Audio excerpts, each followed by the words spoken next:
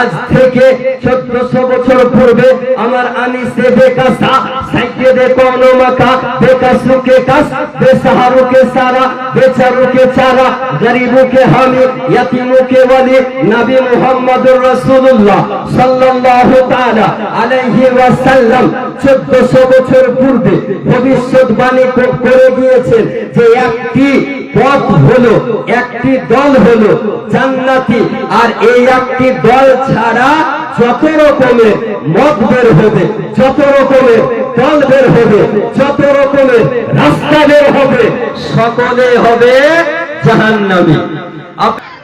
আহলুস সুন্নাহ ওয়াল জামাত ব্যতি রেখে যত রকমের ভ্রান্ত মতবাদ পোষণকারী নিজ নিজ এই আহলুস সুন্নাহ ওয়াল জামাত থেকে বেরিয়ে গিয়ে নিজের মত তৈরি করেছে, এরা হলো সকলে ভ্রান্ত পথ।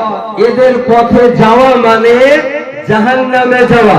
আপনাকে আমি বলি উঠিয়ে দেখুন, হাদিস শরীফ মিশকাত শরীফের মধ্যে উল্লেখ রয়েছে, নবী আমার বলেন, আমার বানি ইসরাইল সম্প্রদায় 72 দলে বিভক্ত হয়েছিল, আমার উম্মাত 73 দলে বিভক্ত হবে।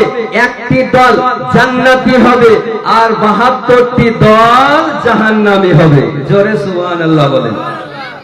যে নবী পাক সাল্লাল্লাহু তাআলা আলাইহি ওয়াসাল্লাম আজ থেকে 1400 বছর পূর্বে ভবিষ্যৎবাণী করে গিয়েছেন, এখন বর্তমান সময়ে সোশ্যাল মিডিয়ার যুগে এক শ্রেণীর পাগল, এক শ্রেণীর মস্তিষ্কের বিকৃতি ঘটা ব্যক্তি বলতেছে যে নবী তো পিঠ পিছের খবর জানতো না। নাউজুবিল্লাহ বলেন।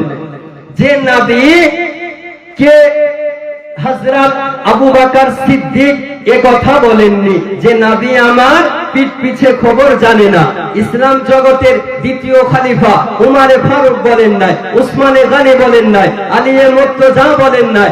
আজকে এ পাগল বেরিয়েছে, এ বলতেছে নবী তো পিঠ পিছের খবর জানে না।